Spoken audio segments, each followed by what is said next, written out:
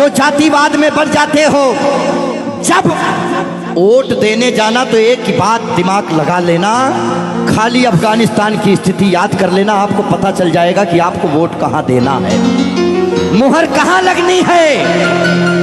मैं किसी पार्टी विशेष का आदमी नहीं हूं, लेकिन मैं भारत का आदमी हूं और मुझे इतना तो पता ही है कि भारत किन हाथों में सुरक्षित है।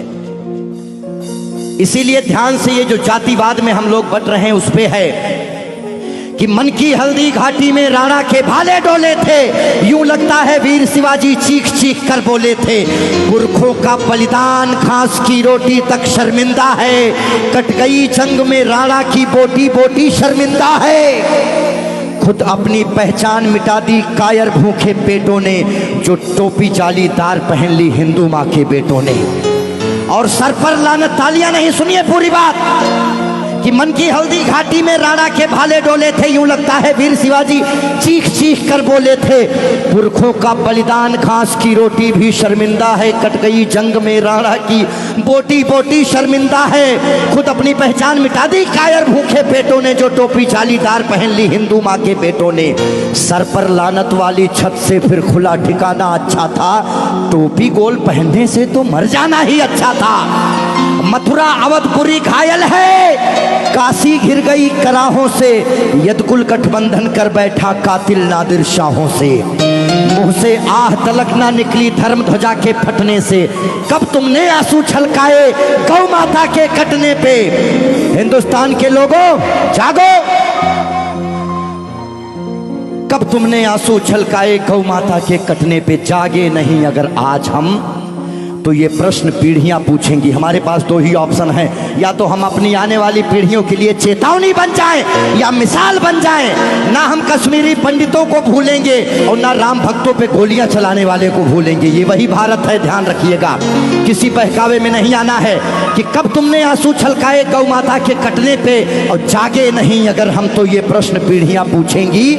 गन पकड़े हिंदुओं के बेटे और बुरके से लदी बेटियां पूछेंगी, बोलेंगी हे आर्य पुत्र इतना उद्धार किया होता, खतना करवाने से अच्छा हमको मार दिया होता। और सोते रहो सनातन वालों तुम सत्ता की गोदी में, पर सांस आखिरी तक भगवा की रक्षा हेतु लड़ूंगा मैं। शीश कलम करवा दूंगा पर कलमा नहीं पढ़ूंगा मैं, शीश कलम करवा दूंगा। आने याद रखना, हमारे भारत में 29 राज्य हैं, जिसमें से खाली 22 राज्यों में हम लोग बहुसंख्यक हैं, बाकी अल्पसंख्यक। इसीलिए मैं भजन भी गाता हूं, मैं जागरण भी करता हूं, क्योंकि मैं भारत, मेरा चैनल कभी भी बदल सकता है। अभी देशभक्ति चल रहा है, कभी कभी कपिल शर्मा लग जाएंगे, फिर कभी आस्था लग जाएगा।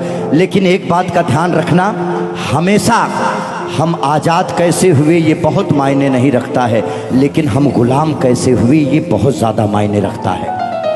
आप जानने का प्रयास करना कि ऐसा क्या हुआ होगा भारत में जो पूरा अखंड भारत गुलामी की तरफ बढ़ गया।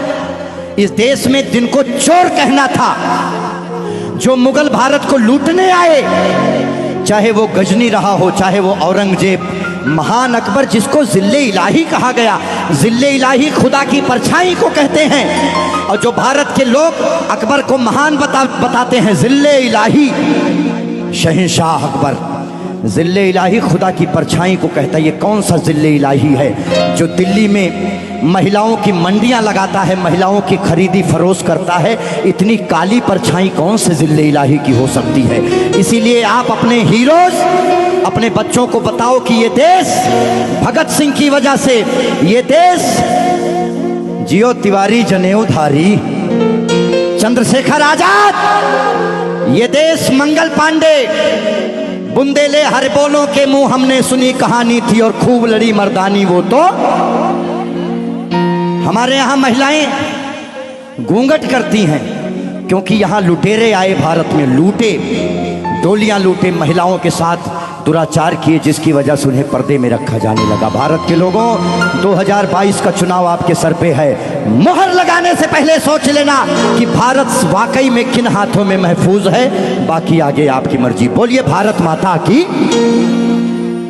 आइए, रोक दो भाई, इतना काफी है।